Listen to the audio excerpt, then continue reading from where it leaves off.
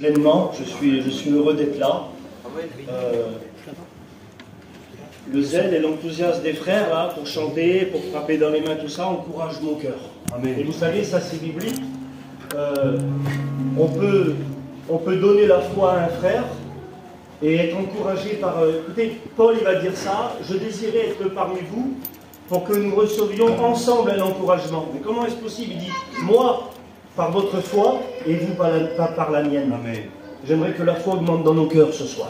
Amen. Amen. Je vais demander à Tony de me présenter devant le Seigneur. Seigneur, nous te louons et nous t'adorons. Merci, merci pour tout ce qui s'est fait jusqu'à présent, mon Sauveur. Merci pour ces moments que tu nous accordes. Mais Seigneur, mon Dieu, vient ce moment précieux maintenant d'écouter le bon conseil de ta parole. À combien je veux te prier et te présenter ton messager, celui que tu nous as envoyé dans cette soirée, Seigneur mon Dieu, pour nous porter le message du ciel. Seigneur, s'il te plaît, dans ta grâce, utilise-le avec puissance et gloire. Force, Seigneur Jésus qui vient du ciel. Seigneur mon Dieu, merci d'avance pour le message que tu as déposé sur son cœur. Et à toi soit la gloire, mon Sauveur. Amen. Gloire à Dieu. Amen. Que Dieu soit béni. Est-ce que vous croyez que Dieu est là? Vous croyez que Dieu est présent? Bien sûr qu'il est là, on ressent sa présence. Pendant les cantiques que les frères chantaient, on ressent quelque chose qu'on ne ressent pas dans le monde. Ce n'est pas le lieu qui crée ça, malgré que le lieu là, il donne des rendez-vous. Il dit mardi, samedi, venez ici, dansez, on va mettre de la musique. Mais ça, c'est l'homme qui crée ça. Mais lorsque c'est la présence de Dieu, qu'on soit ici, qu'on soit dans notre voiture, qu'on soit dans le secret de notre chambre, et lorsque notre cœur le cherche, alors par sa présence, il nous répond. Alléluia. Et on comprend que c'est quelque chose qui n'est plus de la terre. On comprend que c'est quelque chose qui est du ciel. Et puis même ceux qui ne sont pas chrétiens ce soir, vous ne le dites pas, mais vous ressentez quelque chose qui ne vient pas de la terre.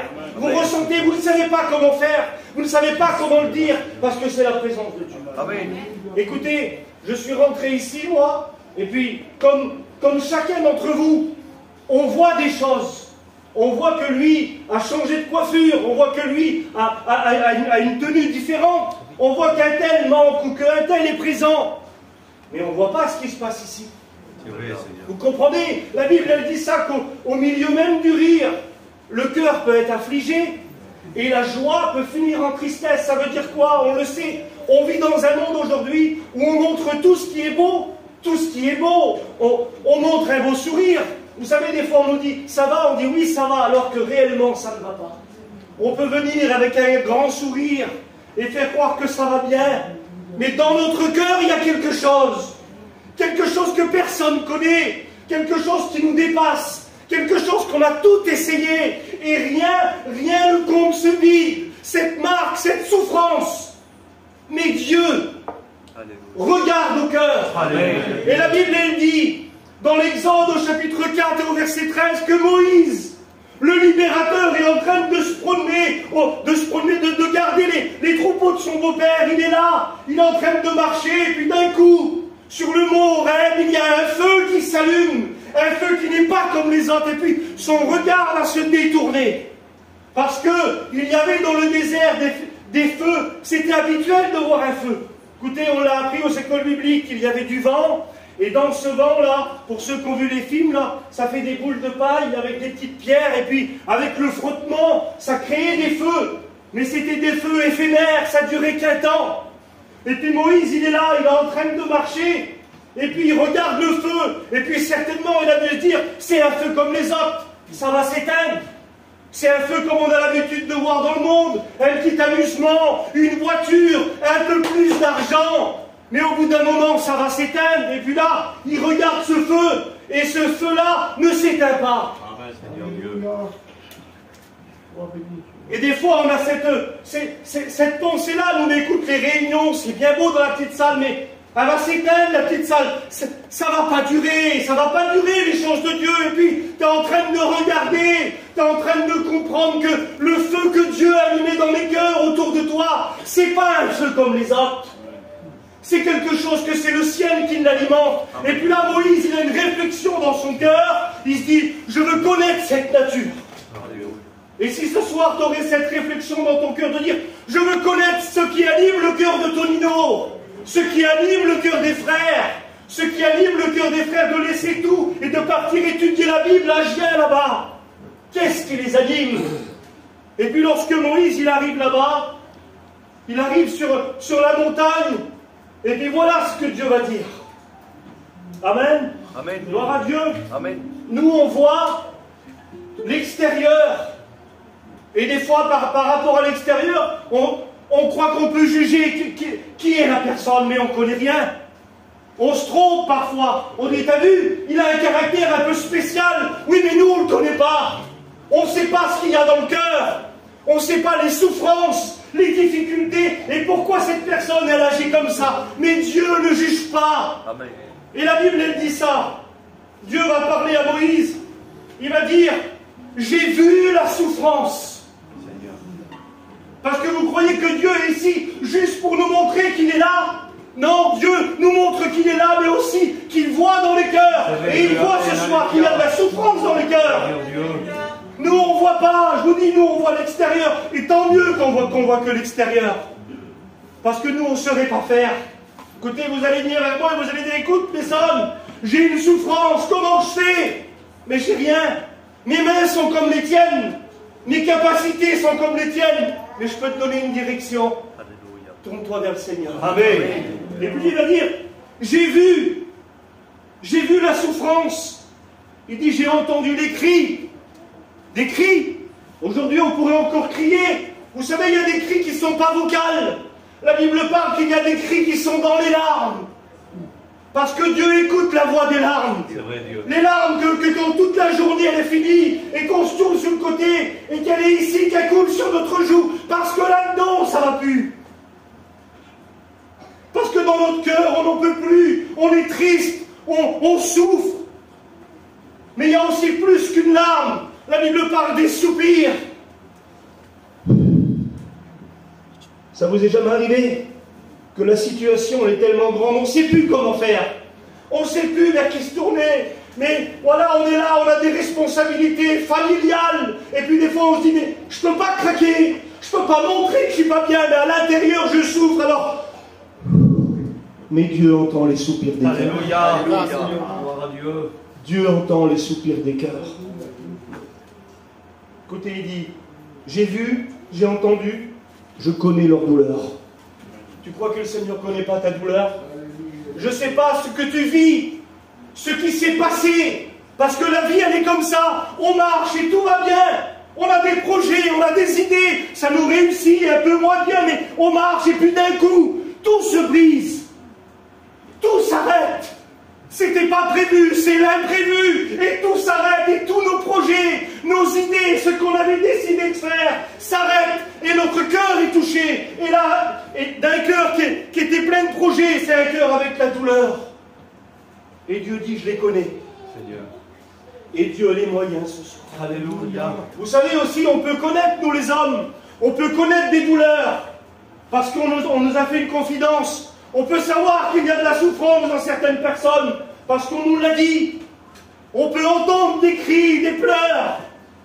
Mais nous, on s'arrête ici. Et là, le Seigneur, ce qu'il va dire, là, la souffrance, les cris, les douleurs, un homme peut le faire. Oui, mais là, l'homme s'arrête et Dieu va faire quelque chose. Alors je suis descendu. Amen. Amen. Amen. Ça veut dire quoi? C'est pas fini. Gloire à Dieu. Rien n'est fini. Gloire à Dieu. Si l'ennemi, si tes pensées te disent que ta situation, elle est finie, stop, il n'y a plus rien à faire pour toi. Dieu te dit, je peux commencer ce soir. Alléluia. Dieu peut bâtir sur des ruines. Là où tout est fini pour l'homme, Dieu peut commencer. Et puis lorsque Moïse est là, et qu'il est envoyé devant la mission de ceux qui souffrent, de ceux qui sont dans la douleur, de ceux qui crient, mais Dieu, comment je vais aller vers eux? Qu'est-ce que je vais leur dire? Ils ont toute la science d'Égypte. Ils ont dû essayer tout aujourd'hui. Écoutez, qui n'essaye pas aujourd'hui lorsqu'on souffre? On n'essaie pas de travailler un peu plus pour se payer des choses. Et ça nous fait du bien un petit moment, parce que lorsqu'on a le projet, vous savez, on a un projet d'acheter quelque chose, alors on pense plus trop à notre problème. Et lorsqu'on l'a, on réalise que le problème, il est toujours là. Il dit, mais qu'est-ce que je leur dirai? Et puis Dieu va parler. Alléluia. Vous savez que Dieu a un nom, Si, Seigneur. et Dieu va donner son nom à Moïse. Il va dire, tu diras celui qui s'appelle « Je suis ». Mais qui c'est ça? Lorsque Dieu dit à Moïse, celui qui s'appelle « Je suis », il est en train de prendre son nom, mais son attribut. Il est en train de dire, Moïse, je n'ai pas de commencement et je n'ai pas de fin. Je ne suis pas limité. Je ne dépends pas de la terre. Je dépends du ciel. Et aucune situation n'est trop grande pour moi. Amen. Va et tu pourras libérer Moïse. Et lorsque le Seigneur Jésus, il est envoyé, lorsque dans son ministère, il est là pour accomplir la parole de Dieu, que les boiteux marchent, que les sourds entendent et que les aveugles retrouvent la vue.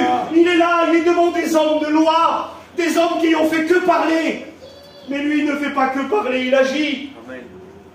Il dit, je suis le pain. Mais qu'est-ce qu'il veut dire à ce moment-là? Pourquoi un homme va dire qu'il est le pain? Parce que devant lui, il y a des personnes affamées, des cœurs qui ont faim, sans trouver la nourriture. Et lui, il est en train de dire, moi, je n'ai pas de commencement ni de fin. Je suis le pain qui est descendu du ciel. Un jour, l'évangile de Jean au chapitre 6, les hommes qui sont là vont se trouver dans un besoin. Les disciples qui sont là, ils vont commencer à regarder. Merci mon frère. À chaque fois que je viens ici, c'est lui qui me donne du papier. Amen. Les hommes qui sont là, ils sont avec le Seigneur, ils sont en train d'enseigner, et tout va bien. Mais vous savez, c'est comme ça. Et puis la Bible dit, il y a quelque chose là. La nuit étant venue, avancée, il y avait beaucoup de monde. Et puis les disciples, ils sont là, ces deux hommes. C'est comme si moi et Tonino, on est en train de se parler. Et ils sont en train de se dire, t'as vu? Il y a un peu de monde quand même. On est un peu loin des endroits pour acheter le pain. La nuit est avancée. On va peut-être les renvoyer. Écoutez, nous, on fait comme ça quand il y a un problème. On voudrait que le problème, lorsqu'il arrive, Seigneur, renvoie le problème. Renvoie-le, il est trop grand. Et puis il se tourne vers le Seigneur, il dit, Seigneur, regarde un petit peu, il y a des personnes qui ont faim.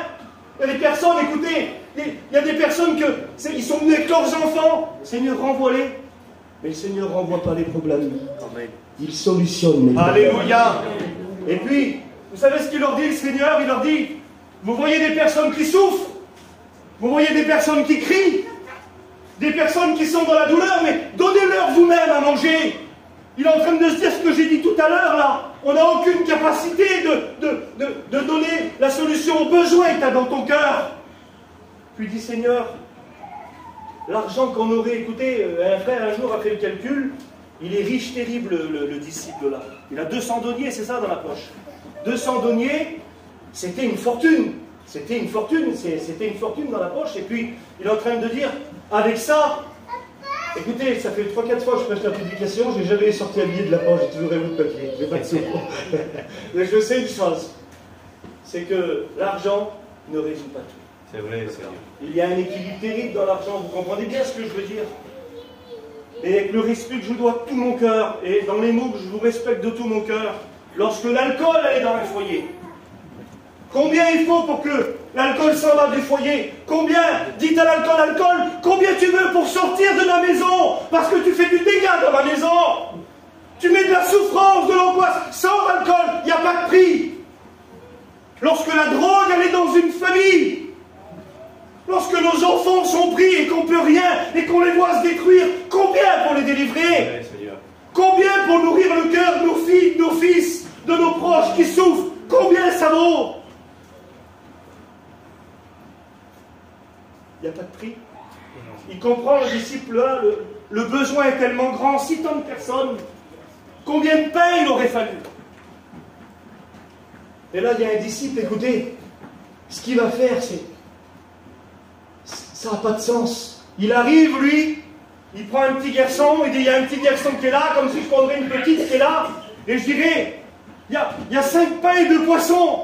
Mais c'est comme si je donnerais un verre d'eau pour désaltérer tout le monde. Ici, c'est pas logique. Oui, mais c'est ce que Dieu veut. On n'a pas grand-chose, Seigneur. Alléluia. Mais dans tes mains à toi, ça peut changer. Et ce disciple-là, il a compris que devant le besoin, l'homme ne peut rien. Et alors il a dit, écoute, on n'a pas grand-chose. Ils ont dû se dire, mais on va le mettre dans les mains du Seigneur. Amen. Parce que lui, il a dit, je suis le pain. Alléluia. Je n'ai pas de commencement, pas de fin. Ils ont compris que devant le besoin, Ce n'est plus une solution de la terre. Il faut que ça vienne du ciel. Amen. Alors Seigneur, on le remet dans tes mains. Et la Bible dit que Jésus prit le pain et rendit grâce pour le pain. Et à ce moment-là, tous sont rassasiés. J'aimerais te dire, tu n'as pas grand-chose. Peut-être que tu te dis devant ta situation, j'ai pas grand-chose. J'ai pas grand-chose devant mon compagnon, devant ma compagne, devant mes petits. J'ai rien, il semblerait que j'ai plus rien. Tu as peut-être dit même ça. Je vais plus aller à la réunion, j'en peux plus. Et le Seigneur te dit ce soir, le peu que tu as dans tes mains, Alléluia. mets-le dans les mains du Seigneur. Amen. Un peu de nous dans ses mains à lui, c'est une victoire. Alléluia. Amen. Amen. Un jour, le Seigneur va dire qu'il est le repos, qui donne la paix. Et on l'appellera aussi admirable, conseiller, prince de la paix. Et un jour, les disciples, dans l'évangile de Marc, eux aussi vont se trouver vraiment bien. Écoutez, Jésus est en train de multiplier les pains. Jésus enseigne, mais j'aurais voulu être avec lui. Amen. Mais la Bible dit, ce même jour, sur le soir, la nuit étant venue, puis ça a commencé à bouger sur une barque, ils étaient avec le Seigneur, ils devaient être bien. Ils devaient être vraiment bien, ils devaient se dire entre eux, t'as vu la journée qu'on a passée un petit peu, qu'est-ce qu'on se régale en ce moment? Et puis ça a commencé à s'agiter un petit peu la barque. Mais jusqu'à là, rien de méchant, écoutez, c'est tous des pêcheurs, ils sont sur un lac, une mer un petit peu agitée. On a l'habitude de régler ça, il n'y a aucun problème. Il y a des problèmes qui se lèvent qu'on peut régler sans le Seigneur. Écoutez, il y a des problèmes qu'on peut régler sans Jésus. On met un petit peu la main à la poche, il y a une panne, on répare la panne. Il y a un petit discorde familial, on l'appelle nos anciens, on dit écoutez, parlez-vous, on est de la famille, on ne fait pas comme ça. Et c'est réglé. Mais il y a des situations qui nous dépassent, frères et sœurs, amis, réellement. Et puis là, ils ont voulu régler un petit peu la tempête, là, mais ça prenait un peu plus d'intensité. C'était de plus en plus fort. Et puis il y a des situations dans les cœurs qu'on croit que ça va passer, mais ça ne passe pas parce que c'est de plus en plus fort. Écoute, tu réalises peut-être que tu ne peux plus rien faire. Et puis là, eux, ils sont là. Ils sont dans la barque. Ils réalisent que là, ils n'ont plus un moyen de faire quelque chose. Ils vont mourir. Écoutez, lorsqu'on réalise qu'on n'a plus de solution pour notre vie, pour s'en sortir, qu'est-ce qu'il faut faire? Il faut se tourner vers le Seigneur. Amen. Amen. Écoute, celui qui dort là, il a dit qu'il était la paix. Il a dit qu'il pouvait faire de grandes choses. Pourquoi ne pas le réveiller dans notre besoin? Et puis écoutez, ça n'a pas dû être facile devant tous ces hommes-là. Ça n'a pas dû être facile d'aller le réveiller. Ça ne sera jamais facile, mais si tu le fais. Si tu le fais ce soir, de réveiller le Seigneur dans ton problème, de dire Seigneur, on est en train de périr. Lève-toi. La dépression est en train de nous faire sombrer. L'alcool, elle est en train de nous faire couler. La drogue chez moi, je ne sais plus comment faire. Les situations financières, familiales me dépassent. Seigneur, réveille-toi. La Bible dit qu'il se leva. Gloire à Dieu. Et écoutez, nous, on se lève, on vient voir des fois. Tu nous appelles, on va prier le Seigneur avec toi, mais nous, on se lève. Et puis on regarde la situation. Et puis des fois, dans nos cœurs, on se dit Seigneur, bénis-le. Comment qu'il va faire?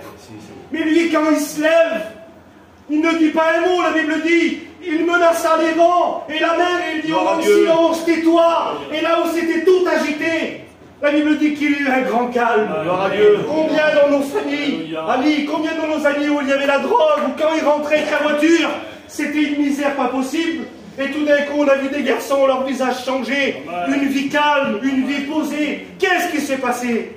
Le prince de la paix s'est levé. Celui qui s'appelle Je suis est descendu et a entendu les souffrances. Il n'a pas fait qu'entendre, il a agi. Amen. J'aimerais te dire que le Seigneur connaît ta vie. Il connaît ton cœur. Et il voudrait te bénir. Amen. Je voudrais qu'on prie le Seigneur, je ne voudrais pas aller plus loin. Soit la gloire, Jésus. Mais je voudrais vous dire une chose. Réellement, rien n'est fini.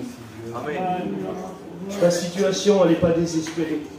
Mets-la dans les mains du Seigneur. Amen, Tu es Seigneur. peut-être venu à la réunion depuis quelque temps, tu viens à la réunion, mais t'en fais pas plus. Merci Seigneur, tu viens à la réunion.